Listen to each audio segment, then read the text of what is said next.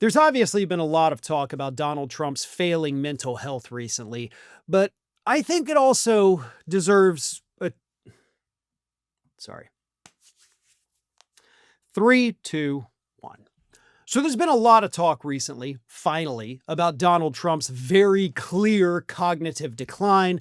I mean, he confused a dementia test for an IQ test, and he said it was really hard. But I think there are other people within the Republican Party that we also need to look at from a psychological standpoint, because there are some people who have just as many problems with their brains, maybe suffering from serious psychological conditions, just like Donald Trump. And one of those people, of course, is Republican Representative Nancy Mace. I firmly believe, personally, that Nancy Mace is mentally ill. I genuinely believe that. I think she should be institutionalized. I think there's something almost criminally wrong with her. But I'm not a medical professional. That's just my opinion as a human being. But we have seen Nancy Mace this year just have meltdown after meltdown after meltdown. Every time she's in a headline, it's because of some crazy, insane incident she got involved in, like the transgender rights activist who shook her hand and then she was in a sling for a few days, accused the person of assault. Even though it was on video, he shook her hand.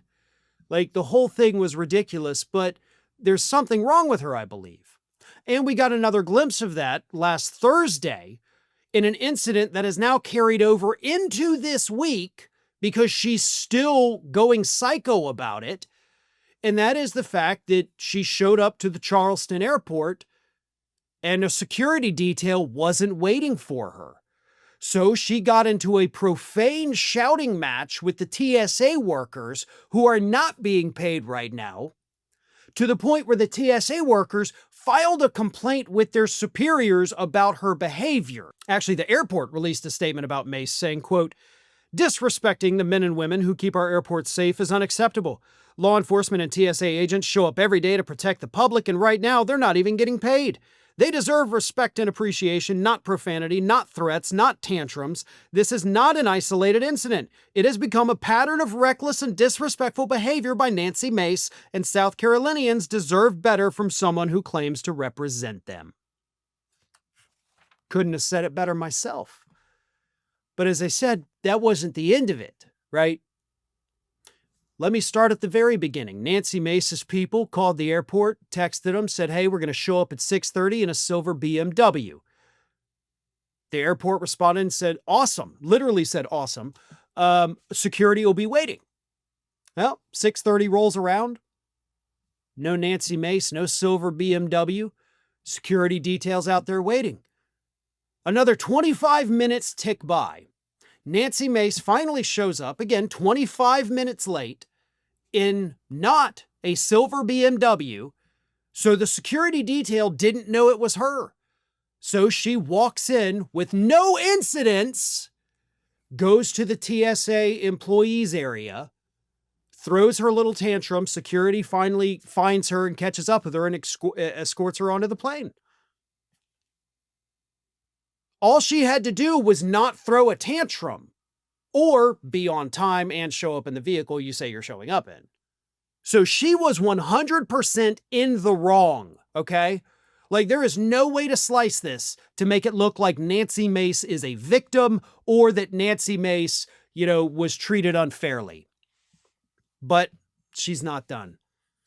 Yesterday, she came out, posted on Twitter, quote, "Wait until we release audio between my staff and the Charleston airport. It's on! Hold the line!"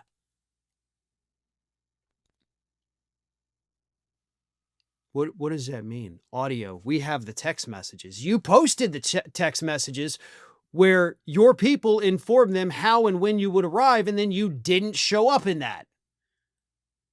What is the audio gonna do? Show you throwing a tantrum?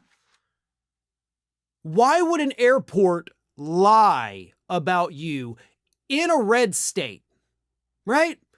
It's not like you were flying out of LaGuardia and they were like, "Hey, we can really stick it to her if we all make up this story." No. Nothing that she says makes sense because nothing that she says is true. She is a serial liar. And I personally believe she's mentally ill. I believe she needs round-the-clock psychological care. At this point, she seems like she could be a threat to other people. Perhaps she should be Baker acted, put on a 72-hour involuntary psychiatric hold to find out what the hell is wrong with her, because her behavior as a grown-ass woman is absolutely not normal, and it's damn sure not acceptable.